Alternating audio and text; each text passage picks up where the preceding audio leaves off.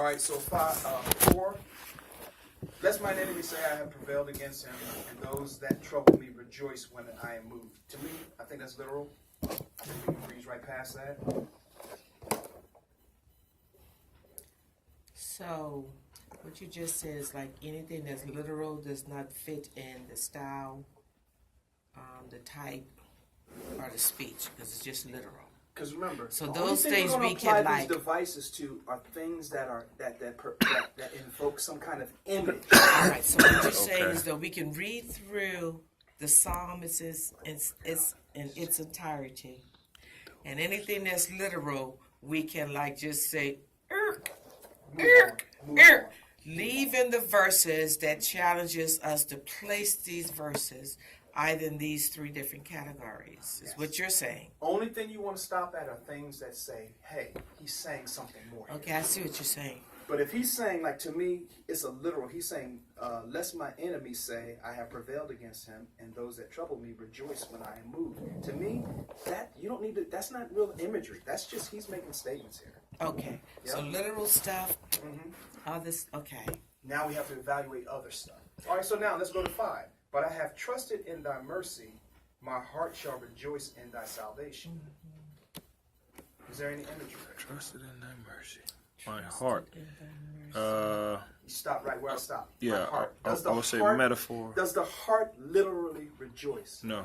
I know we say it all the time in church, Yeah. but does the heart literally go and do a dance and rejoice? The heart really Well, doesn't. isn't it all the emotions in the heart?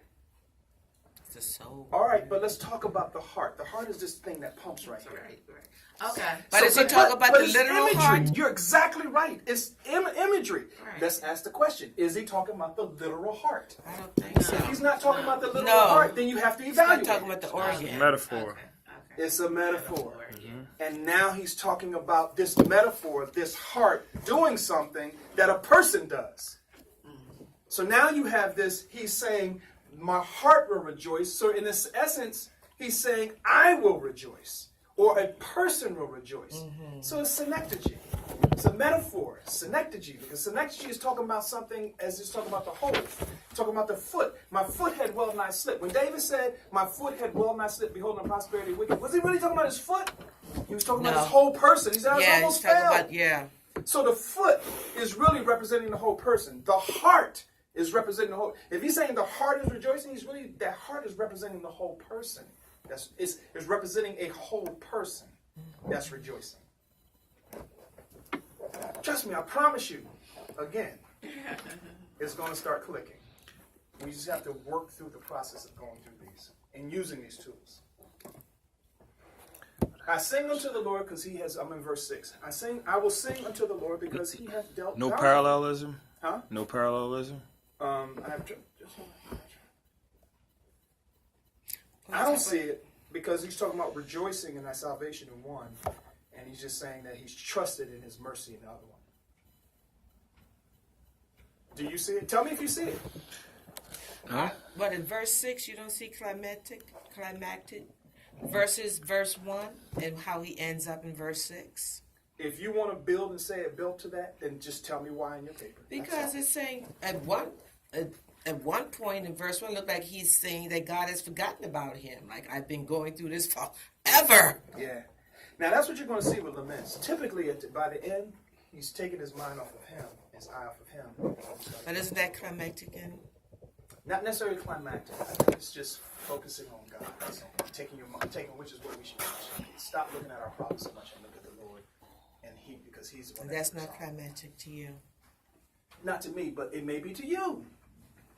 And this How- is where you would But say. it's like you go to the altar to pray, and you're burdened out with troubles and all. Seeing like the gates of hell is just broken. So you're lamenting. Yes. Right, and you just at that point you're like in, you're like your mind is darkened. You're in Yes. despair. Your faith is not kicked in yet to the extent that you can glorify in the Lord. Then by the time you get up from the altar, you're shouting, you're I think dancing, it's already open. you're declaring. I didn't want to rip it. Just attack it. You're gonna do caveman stuff. By the end of your prayer, you get up shouting and dancing and rejoicing, exclaiming, "Oh Lord, my God, how great Thou art! I remember Your mercies. I But remember now, what You've done for me." remember, we're looking at the psalm from a literary approach. Did the psalm go? I know it went from one thing to another thing, but did Right. it build the whole time? No, All right, and that's what would be climactic it did not parallelism build would be. until the last reading. Right? Exactly. So that's what I would say. I understand what Climactic, you're I think saying. you have to see it rise to a crescendo, like you said. Oh, But if it didn't, exactly. But if it didn't rise to that, it just went to the end and shifted and said, "But you are God, the Most High Okay. God." That's not really building a whole song. All right. Does that make sense? It makes sense. Okay. All right. So let's go on to the next one. Psalm 14. Yes. So it says, and I'll start reading. The fool shall say in his heart, "There is no God." They are corrupt. They have done abominable works. There is none that doeth good. Is there any imagery in there? Yes. Yes. What do you say? The fool. Synecdoche. Synecdoche. Synecdoche. Synecdoche. Synecdoche. So what is because the fool says in his heart, that's imagery. It depends on what so what you're saying. Is there imagery in the verse is first. Do we ask the question? So we read the verse. A fool saith in his heart, "There is no God." They are corrupt. They have done abominable works. There is none that doeth good. All right, so what is verse 1 saying? That the fool does not believe that God exists. Mm-hmm. That those that do are corrupt. Whose they are. That's the question. That's the question. Who is the they? Mm-hmm. I mean, if you don't understand who the they I is, sure don't. The Because fool. he's no longer talking about himself. Is he talking? The fool's talking about somebody else? The fool said in the heart, "There is no God." They are corrupted. They are the fools. But that's No, what but- David was saying. It says the fool had said in his heart, "There is no God."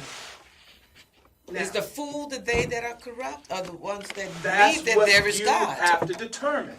This is the evaluation of the song. So, if the fool, they could be two different things. Mm-hmm. They could be the fool, or they could be gods. Yes. Right? The fool will say in his heart, but you have to make that determination. So the fool hath said in his heart, "There is no God." They are corrupt, they have done abominable works, there is none that doeth good.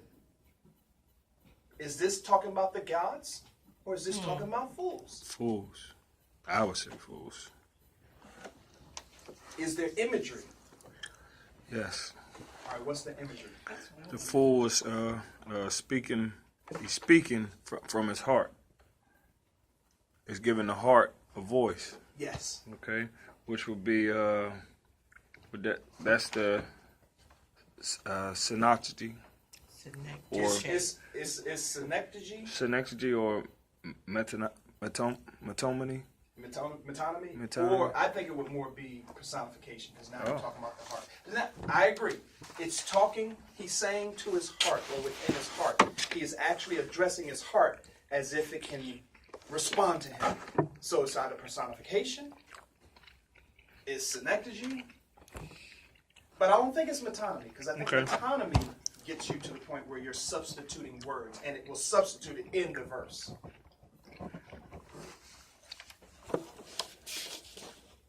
All right, verse 2. The Lord looked down from heaven upon the children of men. Do we see a style? Excuse me. Do we see a style? Not A yet. parallelism? What did you see? Did you see one? The fool said in his heart, "There is no God." They are Antithetical? antithetical. See, antithetical. Let me look at that again. Because it's really kind of making them both one and the same, I guess. Now, it depends on what the they is. It depends on who the they is. But the fool, So if you say that they is God or the gods, because the fool No, is no, talking about no, the gods. no. If you say no, that, no, then it's antithetical. yes. No, Now, if you say that it's the fool, then it's synthetical. it would be synonymous. Synonymous. I'm sorry. Right. Yes. Because just continuing on that. Right. Which could end up being synthetic because now No, you're I meant continuing a synonymous. thought. Okay. All right? Mhm. Now remember now, if you don't see the parallelism, that means it's not there. Okay. Not necessarily so. You don't have to make it be there. All right? So if the parallelism doesn't jump out at you, I don't want you to try to force it into there. Okay? All right, verse 2. The Lord looked down from heaven upon the children of men to see if there were any that did understand and seek God. Anthropomorphism. Is it? Well, no, it did not say that God has. It just said God looked down. Yeah, so now it's not talking about body parts, right? Right. It's talking about a function, but it's not talking Talking about about the function. actual. It did not Not say say. anything about a body part. Yeah. Like through the Lord's eyes, Mhm. the hands of the Lord. Okay. Now we're talking about anthropomorphism. Right. Makes Gotcha. sense? Mhm. All right. All right, do you see anything else in verse 2? Well, can the Lord look down? What would it be? Can the Lord look down? Can he? God can't do nothing if we do this. Can he? God not allowed to He do can. anything. Can't stand up. He He can't can't look sit It says down. the Lord looked down. So what is that? That is a. It's a function, but does the song specifically say he has a body part to do it? No. It doesn't identify a body part, or But it does doesn't identify necessarily a function of the body. But does the Lord look down mean anything? You According tell to me. Listen, man. This is where we are. You know, I'm pointing at the board, so this is where we are. You have to tell me. Can we move on? Yes. Where are we? Verse 3. Yes. They are all gone aside. They are altogether become filthy. There is none that doeth good, no, not one. Is there any imagery there? Or is that literal? They're all gonna.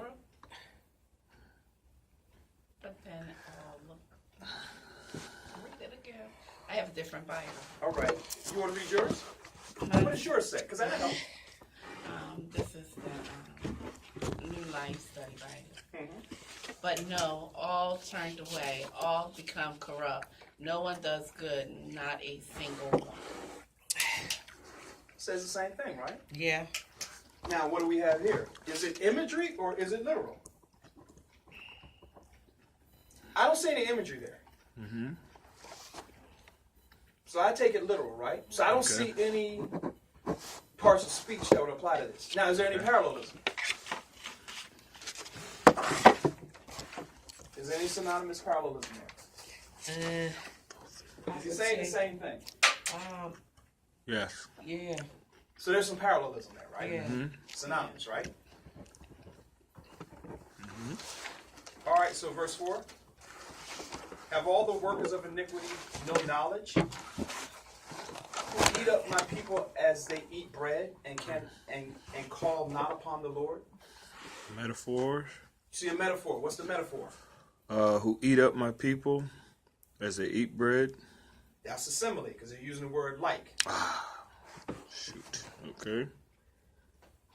Oh, they use the word As. as. I mean, as. I was like, Like, yeah. I'm just Okay. throwing stuff in there. Simile. Okay. simile. Okay. So now it's associating, but I think the metaphor is, I think it's a metaphor too, though, because the metaphor is talking about how these wicked people are treating God's people, and He's eating them up as if they're bread. So this is a simile, yeah. So it is a simile. Yeah. All right, 5. Or do we see symbolism? I mean, parallelism. Which one? In verse 4.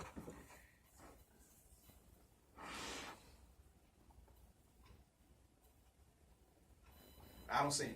Okay. All right. 5. There were they in great fear, for God is in the generation of the righteous. Is there any symbolism there? No. I don't see it. Any parallelism?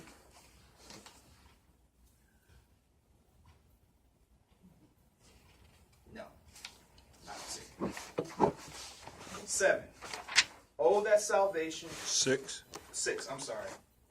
Ye have shamed the counsel of the poor, because the Lord is his refuge. Do you see any symbolism?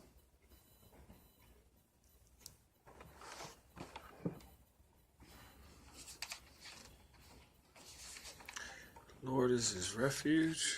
Is the Lord a building of refuge? No. Then it's a metaphor, right? So we're now calling the Lord. Anytime you call the Lord something that he's not, it's a metaphor. Okay. He's my shepherd. He's my rock in the weary land. He's any place you see where he's a bridge over troubled water. It's a metaphor.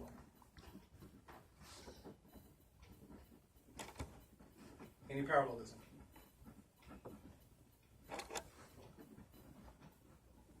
He's not saying the same thing. He's not saying things antithetically. It's just two continued statements, right? 7. Oh, that the salvation of Israel will come out of Zion. When the Lord bringeth back the captivity of his people, Jacob shall rejoice, and Israel shall be glad. Now let me ask you this. Is he talking about Israel, the person? No, the people. Jacob, the person? No, he's not, right? Talking about the people. So now this is what? Metaphor. No, it's synecdoche. He's talking about the one as if it's more, it's bigger. Let me slow it down. Just the whole matter about one of his parts. Okay. this is Over verse the 7. salvation of Israel. It's about everybody. Okay, so it doesn't have to be a body part. It's just anything that is One the whole matter. represents many, or many identified by one. Or, Synecdoche. yes, synecdoche.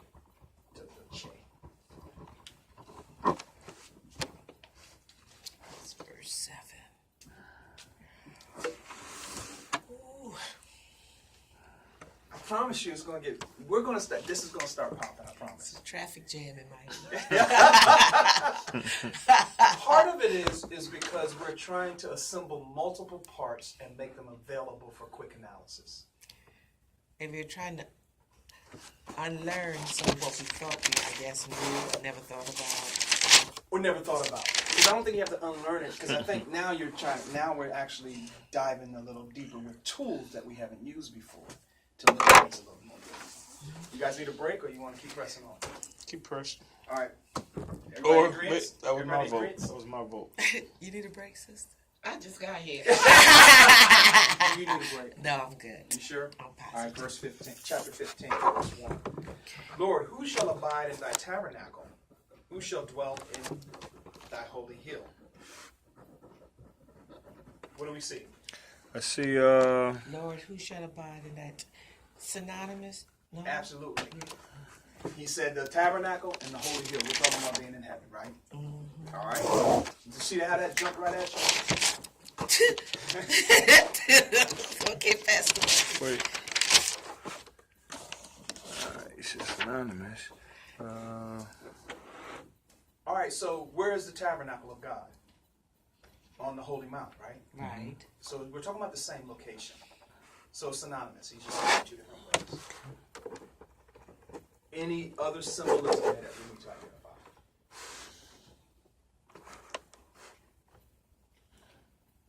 Okay. Verse 2.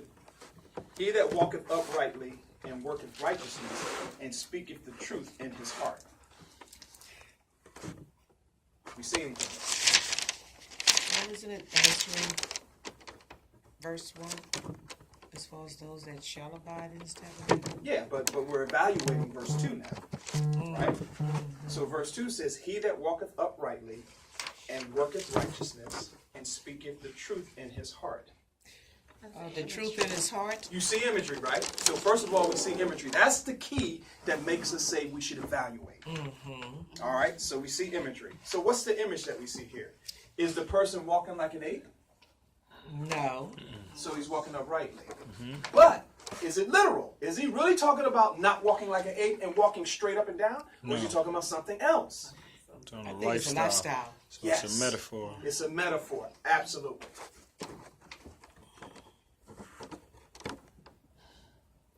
And speaketh the truth in his heart.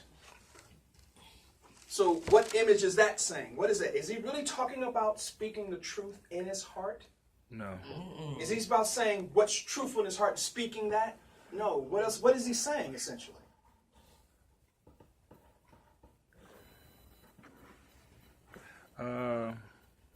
That's a sentence.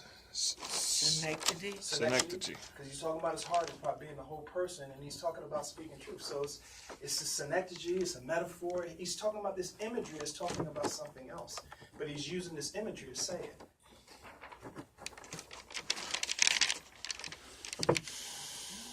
Verse 3. It's getting better. But I know you guys don't realize it, but you guys are really popping things out now. Verse 3. He that backbiteth not with his tongue, nor doeth evil to his neighbor, nor taketh up a reproach against his neighbor. Do we see anything there, or can we just move on? Move on. So, you backbite with your tongue, Yeah. nor doeth evil to his neighbor, nor taketh up reproach against his neighbor. It's because the tongue is what you use to backbite. You're talking about True. people, right? It's literal. So let's move on, right? That's what the brother said. All right. In whose eyes a vile person is contemned, but he honoreth them that fear the Lord. He that sweareth to his own hurt and changeth not. That's swear to his own hurt. What about it? How So is that's that literal. accomplished?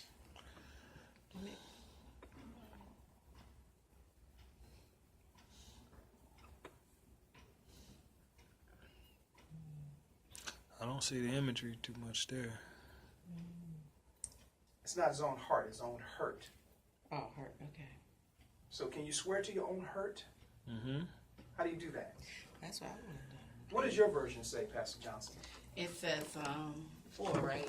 Mm-hmm. Those who despise flagrant sinners and honor the faithful followers of the Lord and keep their promise even when it's hurts. So, to me, it's the Lord. All right, so I That guess sounds we can. literal. Yeah, Yeah. it sounds literal. I agree. All right, verse 5. He that put all right, evangelist. Yeah, He's good. Yeah, I see. yeah. Even when it's hurt, even when they're hurt, they stick to their promise. Even when that hurts, they stick to their promise. All right, verse 5. He that putteth not out his money to usury, nor taketh reward against the innocent, he that doeth these things shall never be moved. It's Can literal. you take that literally? Yeah. All right, let's move on. So, All right, so wait a second. So let's talk about the type. yeah. What type is it? Oh, we haven't done the type yet. Lord, who shall abide in thy holy tabernacle? So what type? Now that we've done the whole psalm, let's evaluate the whole psalm and evaluate it in its entirety. What is this psalm saying to us?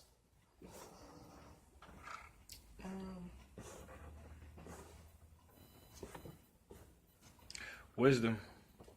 To me, he's saying that he's asking a question: who is going to make it to heaven and be at peace with God? And he's given all these reasons and all these qualifications. This is a wisdom song. It's a wisdom song. He's helping us to be right before God, right? That's a wisdom song, if you ask me. Let me see.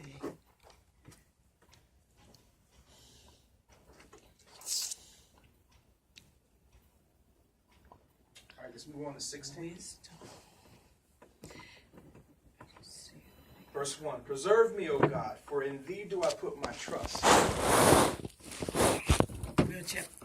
Division 16. Yes, ma'am. Hear him say division, Pastor Lucky. Yeah, see? There's songs. Preserve me, O God, for in thee do I put my trust. Do we see anything there? No. Okay. O my soul, thou hast said unto the Lord, thou art my Lord. My goodness extended not to thee. Do you see anything there? Oh, my soul. He's talking to his soul. So, Thou hast said. And he's saying that his soul said something. wait a minute. I'm coming to you. So, His soul doesn't speak. Right. So now he's making the soul do what? Man, the spirit of life, object, though they were Is living. that synecdoche? Apostrophe. Apostrophe. that's Tell me why synecdoche. it's apostrophe. or you want personification. I said the expression addresses lifeless objects. Okay, the soul is not lifeless. Okay. What Human about life requires certain significance? intelligent speech, inanimate objects. Well, personification it wouldn't be. Why not? Well, the soul wouldn't be inanimate. But the soul is now speaking as a person, though. So personification. We have personified the soul as if it's an individual, separate Oh, from the you're person right. that's talking about his own soul. So it would be some personification. I think it's personification because you're saying, my soul said this. Does your soul really speak outside of you? 1 second. No. Can we just go a little slow? Because when I'm looking at personification, or as I'm All understanding right, that so the definition, definition of personification is an inanimate Right. object having life-like stuff. right? But I'm going to expand that and say it's not Okay. just inanimate objects, but it's objects that don't have the That- ability to speak. Okay. Objects that don't have the ability to see. My Okay. soul saw such and such. That's giving it a person's characteristic or ability. And I don't think that, and I think to me that's personification. Now you're Okay. giving this thing or this ability that it doesn't have in and outside of a body of its own. Okay. But I fully agree with what you're saying. The definition says inanimate, Right. but don't get hung up on that one word. All right. All right? But to the saints that are in the earth, and No parallelisms. okay, any parallels? My soul has said unto the Lord, Thou art my Lord. My goodness extendeth not to thee. You see a parallel there.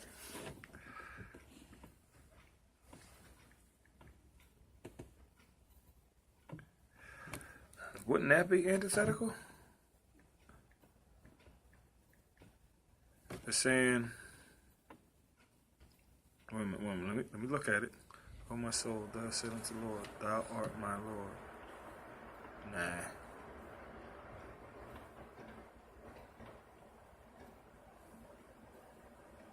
No. I don't. It's not antithetical because it's not No. saying, it's not talking about the same thing. Okay. All right, so if we look at what it's saying, my soul is speaking here. And my soul is speaking to the Lord. And my soul is saying, Thou art my Lord. Then there's a colon. So that means that it extends it further, right? Okay. It says, My goodness extended not to thee. So my soul's goodness doesn't extend to the Lord. It's actually vice versa, right? So it's not really parallelism, right? All right. All right, so let's go to verse 3. But to the saints that are in the earth, and to the excellent, in whom is all my delight. Now he's referring to what he just said in verse 2.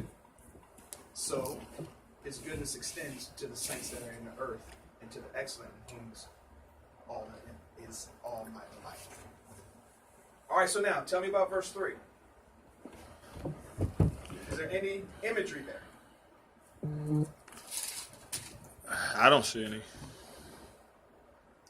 I do, but maybe. What do you see? not. Tell me. But No, the tell me what you saints see. in the excellent one? Because he's seeing, well, in my, Yeah, go ahead and it read. says, the godly people in the land are true heroes.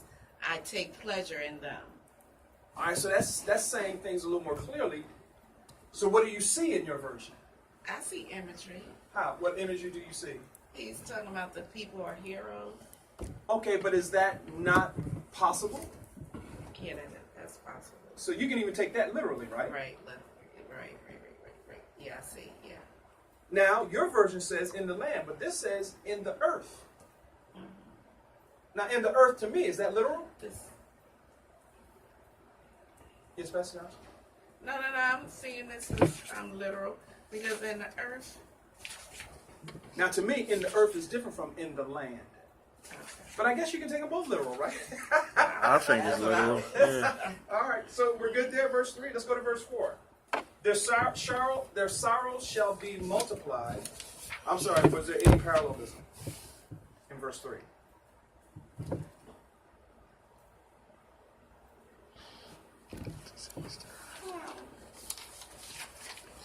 If you can help me out with that AB, I might be able to understand the parallelism. Oh, we're not there yet. Okay. Let's get to them. So we didn't even see it yet. Not that I have. Okay. All right. Let me see. Let me check my chart.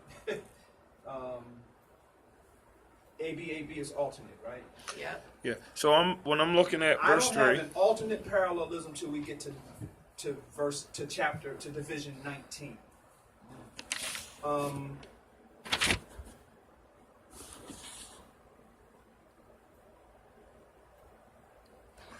So the I Psalm, don't get a chiastic parallelism till we get to 17. so the Psalms aren't written in A-B form. It's just at times we're gonna see that. Yes. Okay. Some of the psalmists did write verses like that. Right, before Yes. it's specific. Okay. So I don't see it. I didn't identify it. I'm not saying that I've done a thorough, in-depth critical analysis of every psalm, but from my second pass going through these, this is what I captured. Now I guess the next time I do it, I may find more. Go ahead. Okay, so when I'm looking at verse 3, I was trying to look at it as, but to the saints that are in the earth, A, and to the excellent, like am I looking at it like that, B, in whom is all my delight? Is there a C? Is there ABC? See, it could be, but there's no parallelism to give us an ABC. Okay. They only have AB, AB, and AB, BA. There's no ABC, ABC, or AB, ABC. There is no parallelism like that. But Okay. you may want to draft a parallelism like that Okay. and publish it. I'm just trying to understand it. Yeah, but I've seen those there. If they had a C, it would work. Okay. But, like you, I'm not going to publish that. All right, where are we? 4. 4. Their sorrows shall be multiplied that hasten after another God. Their drink offerings of blood will I not offer, nor take up their names into my lips. Is there any symbolism there? Imagery. I'm looking at it as it could be literal. All right, so there are sorrows that shall be multiplied that hasten after another God. Mm-hmm. All right, that makes sense. Their drink offerings of blood will I not offer? I They think drink so. blood? No. Well, that's what I was looking at. The heathen, was it They an do. offering of blood? Yeah, Yeah. because now they do. The Right. heathens do. The pagans, they do. Oh, wow. Yeah, that's some of their oblations. They Right. drink blood. Oh, okay. Isn't that what Charles Manson and them did? Mm-hmm. Yeah. Yeah. I mean, I wasn't thinking in that. So you're saying their drink offerings of blood will I not offer, Right. nor take up their names into my lips. I said that's literal. Take up their names into my lips. Are we going to eat their names? What is she talking about? When we said it a minute ago, when we said, well, he does use his tongue to speak, so we said that was literal. Yeah, but there are certain things. But taking up. But see now we're talking about.